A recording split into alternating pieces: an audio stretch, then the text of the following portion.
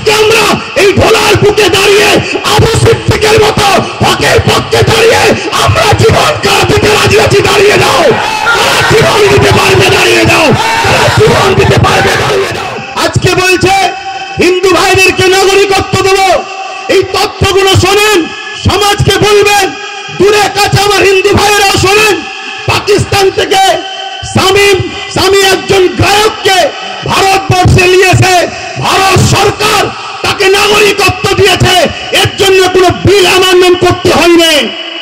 আজকে বাংলাদেশ থেকে একজন মুসলমান নামধারী হাসিনাকে নিয়েছে, তাকে আমার দেশে ঘর দিয়েছে, গাড়ি দিয়েছে, সিকিউরিটি দিয়েছে, এর জন্য কোনো বিল করতে লাগলে।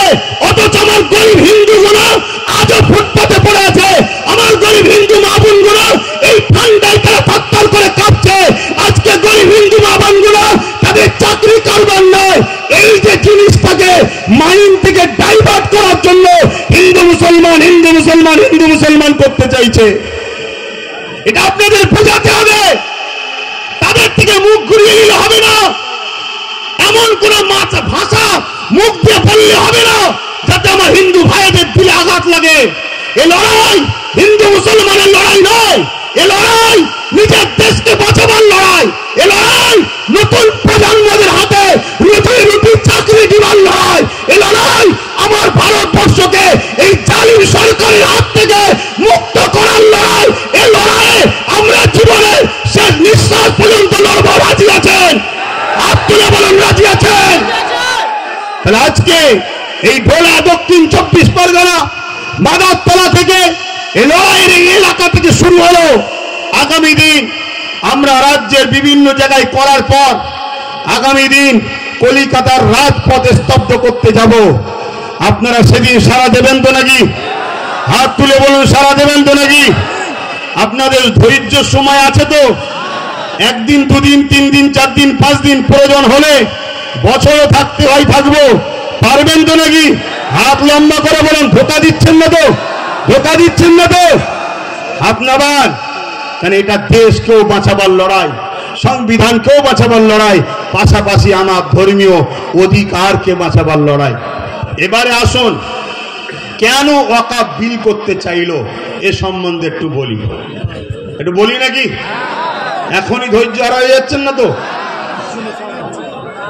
মনে রাখবেন ওয়াকফটা কি জিনিস। আমার পূর্বে অনেকে বলেছে, আমিও 2-1 কথাই বলছি। উৎসর্গ করা, গিফট করা, কুরবান করে দেওয়া, কথা বুঝে আসছে। ধনী মানুষেরা তাদের সম্পদকে আল্লাহর রাহে উৎসর্গ করেছে। উদ্দেশ্য মসজিদের উন্নতি, মাদ্রাসার উন্নতি, কবরস্থান, খানকা, বিশেষ করে মুসলিম গরিব ছেলেদের এডুকেশন, শিক্ষার জন্য দান করেছে। শুনছেন? কিন্তু মনে রাখবেন 77 বছর ধরে এই ওয়াকফ সম্পদকে লুটে পুটে খাওয়া হচ্ছে। সবাই খেয়েছে বাপ, সবাই খেয়েছে। যদি এই ওয়াকফ সম্পত্তিকে মুসলিম গরিব ছেলে মেয়েদের পিছনে খরচ করা হতো, তাহলে আমার ভারতবর্ষে একটা এপিজে আব্দুল কালাম কেন, হাজার হাজার এপিজে আব্দুল কালাম আজকে তৈরি হয়ে যেত। তাহলে আমেরিকাকে দেখে ভয় করতে হতো না, আমেরিকা আমাদেরকে আব্বা বলে ভয় করত। আর আমার সমাজের হাজার হাজার যুব সমাজ তারা পড়াশোনা করে চাকরি, বিভিন্ন জায়গায় দেশের গর্ব তৈরি হতো। কিন্তু দুঃখের বিষয়, আজকে 2024-এ কেন্দ্র সরকার বলছে ওয়াকফ সম্পত্তি নাকি নষ্ট হয়ে যাচ্ছে। তাই আমি একটা নতুন অ্যামেন্ডমেন্ট বিল তৈরি করব। ওই বিলের মধ্যে কি আছে আমার পূর্বে নিশ্চয়ই আলোচনা করেছে। আমি সংক্ষেপে একটা কথা বলবো। ওই বিলের মধ্যে একটা অপশন আছে, ওই কমিটির মধ্যে অমুসলিম ভাইদেরকে ঢুকানো হবে। আমি কারো বিদ্বেষ চাইছি না, কিন্তু আমি বলতে চাই মুসলমানদের যেমন ওয়াকফ সম্পদ আছে, হিন্দু ভাইদের দৌবত্ব সম্পদ আছে, খ্রিস্টান ভাইদের আছে, দলিত ভাইদের আছে, আদিবাসীদের জল জঙ্গলের সম্পদ আছে। যদি বলুন অন্য সম্পদের মন্দির কমিটিতে যদি মুসলমানকে ঢুকানো হয়, এটা হিন্দু ভাইরা কি সুস্থভাবে নেবে, না আমাদের ঢুকার প্রয়োজনও আছে? কেন সে সম্বন্ধে আমরা বুঝি না, এটা আস্থা বিশ্বাসের ব্যাপার। কিন্তু আজকে কেন্দ্র সরকার এই অন্যায়, এই ওয়াকফ বিল, ওয়াকফ নষ্ট হচ্ছে এই নামে অমুসলিম ভাইদেরকে ঢুকিয়ে সংখ্যাগরিষ্ঠ মুসলিমদেরকে করে আস্তে আস্তে পুরো ওয়াকফকে হরণ করার ষড়যন্ত্র করছে। আচ্ছা, কেন হরণ করতে চাইছে? এটা তো একটা প্রশ্ন। কেন 2014 থেকে আসার পর কেন্দ্র সরকারও তো ওয়াকফ সম্পত্তিকে অনেক নষ্ট করেছে, রাজ্য যেমন নষ্ট হচ্ছে কেন্দ্র সরকারও করেছে। তাহলে বিল করার কি দরকার ছিল? বিল করার কারণটা কি মন দিয়ে শোনেন। বিল যদি না করতে পারে, বাবরি মসজিদকে যেমন গিরাতে গিয়ে শহীদ করতে গিয়ে হাজারো সমস্যার সম্মুখীন হতে হয়েছে, ঠিক তেমনি কেরলের 1400 বছরের মসজিদ চিরামান মসজিদকে শহীদ করতে গেলে বাধা হবে। আপনারা জানেন, আমার ভারতবর্ষের গুজরাটে একটা মসজিদ আছে 1300 বছর বয়স। ওই মসজিদ প্রমাণ দিচ্ছে ভারতবর্ষে 1300 বছর ধরে মুসলমান আছে। আপনারা যদি জানেন, হাজার হাজার বছরের মসজিদ, হাজার হাজার বছরের মাদ্রাসা, হাজার হাজার বছরের কবরস্থান, হাজার হাজার বছরের ঈদগাহ, এটাই পরিচয় দিচ্ছে ভারতবর্ষে হাজার হাজার বছর ধরে মুসলমান আছে। তাহলে মুসলমানদের ঘরে এনআরসি করে যে তাড়াতে গেলে ওদেরকে বিদেশি প্রমাণ করানো যাবে না। কেন যাবে না? হাজার হাজার বছর ধরে এদেশের মসজিদ গাওয়া দেবে, এদেশের কবরস্থান গাওয়া দেবে, এদেশের খানকা কথা বলবে, এদেশের মাদ্রাসা সাক্ষী দেবে যে ভারতবর্ষে হাজার হাজার বছর ধরে মুসলমান রয়েছে। স্বাধীনতার পরে আসেনি, আগে থেকেই আছে। কথা বুঝে আসছে? তাই এইগুলোকে কবজা করে, এগুলোকে প্রমোটিং করে, এগুলোকে শেষ করে দিবার চেষ্টা করছে। এগুলোকে যখন শেষ করে দিতে পারবে, তখন বলবে তোমরা স্বাধীনতার পরে বাংলাদেশ থেকে, পাকিস্তান থেকে, আফগানিস্তান থেকে এসেছো, তোমাদের নাগরিকত্ব দেওয়া যাবে না। তোমরা থাকো, বি ভোটার হয়ে থাকো, তোমরা নাগরিক হতে পারবে না। যেমন সৌদি আরবে থাকতে গেলে নাগরিকত্ব পাওয়া যায় না, একটা আকামার মাধ্যমে থাকতে হয়। তুমি কারবার করবে, সৌদির নাগরিক নামে জমি কিনতে হবে, তার নামে কারবার হবে, তুমি একটা পার্সেন্ট তাকে দেবে, যে কোনো দিন তোমাকে সেখান থেকে সরিয়ে দেওয়া হবে। ঠিক তেমনি আমার দেশে তোমাকে আমাকে এই নাগরিকত্ব থেকে হরণ করার জন্য আমাদের ঐতিহ্যের মসজিদ, হাজার বছরের মাদ্রাসা, হাজার বছরের মসজিদ, হাজার বছরের কবরস্থান, হাজার বছরের ঈদগাহকে লুটার একটা ষড়যন্ত্র করছে।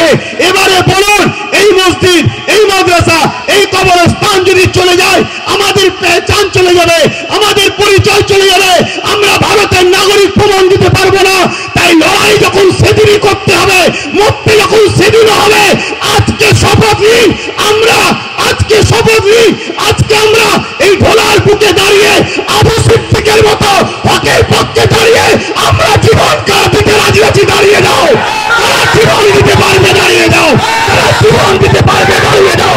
দেশের জন্য, সংবিধানের জন্য, গণতন্ত্র বাঁচাবার জন্য, মুসলিম, হিন্দু, দলিত, আদিবাসীর ঐক্যের জন্য আবু সিদ্দিকের মতো আমরাও জীবন দিতে পারবো তো নাকি? পারবো তো নাকি? পারবো তো নাকি? এই জায়গায় ধৈর্য হারা হলে হবে না, পিছিয়ে গেলে হবে না, এ সংগ্রাম চলবে।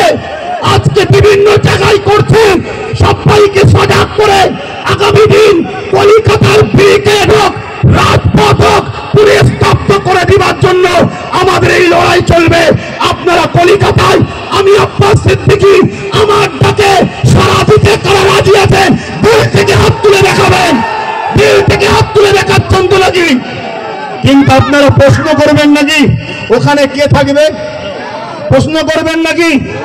এতটুকু বলে যায়, ওখানে হকবাদী আলেম উলামারা থাকবে, বাইজিদ আমিন সাহেব ইনশাআল্লাহ থাকবে, আমি থাকবো। এতটুকু বলে যাচ্ছি, কোন রাজনীতির দলের নেতারা থাকবে না। আপনারা যাবেন, যাবেন, যাবেন। আজকে বড় দুঃখ লাগে, আজকে ওয়াকফ নিয়ে চিল্লানো হচ্ছে, অনেক জায়গায় চিল্লান। মাদ্রাসা নিয়ে শোনাবেন না? কি গো, দু কথা মাদ্রাসার জন্য বলবো না থাকবে? হাত তুলে বলুন, বলবো না থাকবে? একটু যেতে যেতে শুনে যান। কেন্দ্র সরকার মাদ্রাসাকে, মসজিদকে, কবরস্থানকে পুরো দখল করে নিতে চাইছে। এটা অন্যায়, এর বিরুদ্ধে যেমন লড়তে হবে দায়িত্ব, ঠিক তেমনি রাজ্য সরকার বড় প্ল্যান করে মাদ্রাসাকে শেষ করে দিচ্ছে। তার একটা ছোট্ট নমুনা হলো আপনাদের এই মাদ্রাসা। এই মাদ্রাসার নাম মাদারপাড়া সিনিয়র নুরানি সিদ্দিকিয়া মাদ্রাসা। এই মাদ্রাসায় বর্তমান মাত্র 3 জন শিক্ষক আছে, মাত্র তিনজন শিক্ষক আছে, একজন শিক্ষাকর্মী। আজকে বলুন অষ্টম শ্রেণী পর্যন্ত চলছে এই মাদ্রাসায়, মাত্র তিনজন শিক্ষক। এটা কি মাদ্রাসাকে ধ্বংস করার প্ল্যান না? প্ল্যান নয়। তাহলে কেন্দ্র সরকার যেমন মাদ্রাসা দুশ্মন, রাজ্য সরকারও মাদ্রাসার ক্ষতি করছে না, করে না? আওয়াজ দিয়ে বলুন করছে না, করে না? আর এটাও আওয়াজ দিতে দিতে আপনারা আগাবেন, এটাও আওয়াজ দিতে দিতে আস্তে আস্তে আগিয়ে যাবেন। যাবার আগে যেতে যেতে শুনে যান, কেন নামাজের সময় হয়ে গেছে, উজু করতে হবে। একটা কথা মাথায় রাখেন, যেমন আমাদের মার্কশিটে অঙ্ক কতই পেয়েছে, ভূগোল কত পেয়েছে, ইংলিশ কত পেয়েছে, একটা একটা অপশন থাকে, ঠিক মাদ্রাসা বোর্ডে কোরআনে কত নম্বর পেয়েছে একটা অপশন থাকে।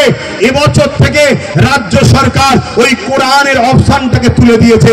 তাহলে বলুন, বিজেপির বিরুদ্ধে লড়াই করার জন্য রাজ্য সরকারের কি সাথ দিবার প্রয়োজন আছে? জোরে বলুন প্রয়োজন আছে? হাত তুলে বলুন প্রয়োজন আছে? হাত তুলে বলুন প্রয়োজন আছে? আরে ইমানদাররা বলুন প্রয়োজন আছে? জিততে গেলে সংখ্যা লাগে না, ইমান লাগে। হ্যাঁ, রাজ্য সরকার যদি সে তার ওয়াদাকে পূরণ করে, যে বলেছিল অকাপ উদ্ধার করে দেবো, পরে ভাবা যাবে। কিন্তু আজকে সেও অন্যায় করছে না, করেনি। কিন্তু দুঃখের বিষয়, বড় বড় মিটিং হচ্ছে আজকে ঘুরিয়ে ফিরিয়ে, যেন মনে হচ্ছে বিজেপির বিরুদ্ধে নিয়ে বলে মুসলিম সমাজকে রাজ্য সরকারের কোলে তুলবে। এরকমও মুনাফিকরা ষড়যন্ত্র চালাচ্ছে। এই খপ্পরে পা দেবেন না, কেন এটা হলো আমাদের জন্য শেষ ফাইসাল্লাহ।